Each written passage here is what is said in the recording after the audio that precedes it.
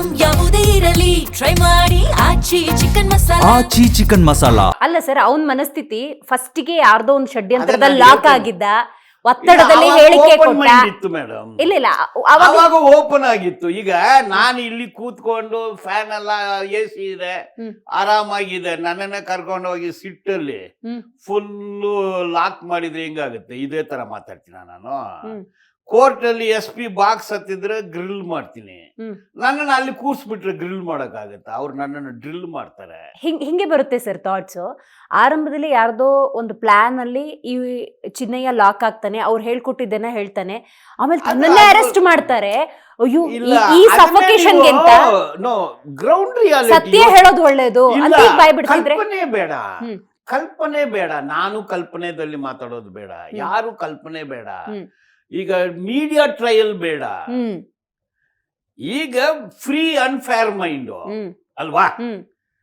ಮೊದಲು free and fair mind ಅದನ್ನ ಮಾಡಿ ಎಲ್ಲ ಸಿಗುತ್ತೆ, CDR ಅಲ್ಲಿ ಸಿಗುತ್ತೆ ನೋಡಿ. Correct got it.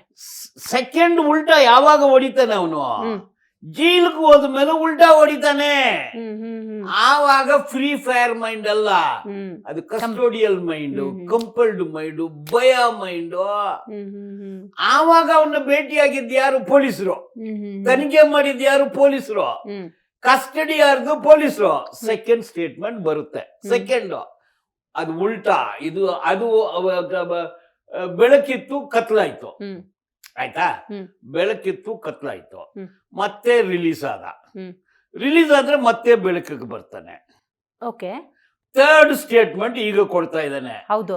ಈಗ ಅದ್ದಿರಿಯಾ ಲಾಡ್ಜಲ್ಲಿ ಇಟ್ಟಿದ್ದೆ, ಧರ್ಮಸ್ಥಳದಲ್ಲಿ ಇದ್ದಾನೆ. ಈಗ ತಿಮ್ರೋಡಿ ಕಸ್ಟಡಿಯಲ್ಲಿ ಇಲ್ಲ, ಮಟನ್ ಅವರ್ ಕಸ್ಟಡಿಯಲ್ಲಿ ಇಲ್ಲ, ಅರ್ಲಿಯರ್ ಲಾಯರ್ದು ಸಂಪರ್ಕ ಇಲ್ಲ, ಫ್ರೀ ಮ್ಯಾನ್ ಆದ. ಈಗ ಆ ಲಾಡ್ಜಿಗೆ ದುಡ್ಡು ಕಟ್ಟೋರು ಯಾರು? ಅವ್ರು ಎಂತಿ ಹೇಳಿದ್ಲು, ನಮ್ಮ ಹತ್ರ ದುಡ್ಡೇ ಇಲ್ಲ, ಗಂಡನ್ನ ರಿಲೀಸ್ ಮಾಡಕ್ ದುಡ್ಡಿಲ್ಲ. ಅದಕ್ಕೆ ಪುಕ್ಸಾಟಿ ಲಾಯರ್ ಕೊಟ್ರು, ಸರ್ಕಾರದ ಲಾಯರ್ ದುಡ್ಡಿಲ್ಲ. ಆಯ್ತಾ? ಪೊಲೀಸ್ ಕಸ್ಟಡಿಯಲ್ಲಿ, ಜೈಲ್ ಕಸ್ಟಡಿಯಲ್ಲಿ ಇದ್ದಾಗ ದುಡ್ಡಿಲ್ಲ. ಪುಕ್ಸಾಟಿ ಲಾಯರು ಹೊರಗೆ ಬಂದ, ಅವನಿಗೆ ಸೂರಿಟಿ ಕೊಟ್ಟಿದ್ದು ಯಾರು ಎಂದು ನೋಡ್ಬೇಕು. ಹೊರಗೆ ಬಂದ ಮೇಲೆ ಈಗ ಎಲ್ಲಿದ್ದಾನೆ ಅವನು? ಲಾಡ್ಜ್ ಅಲ್ಲಿ ಇದ್ದಾನೆ. ಲಾಡ್ಜ್ ಓನರ್ ಯಾರು? ಪರ್ ಡೇ ಎಷ್ಟು? ಆ ಲಾಡ್ಜ್ ಅಲ್ಲಿ ಇದ್ದಾನೆ. ಅವನ ಅಡ್ರೆಸ್ ಹೈಕೋರ್ಟ್ಗೆ ಅದೇ ಕೊಟ್ಟಿದ್ದಾನೆ.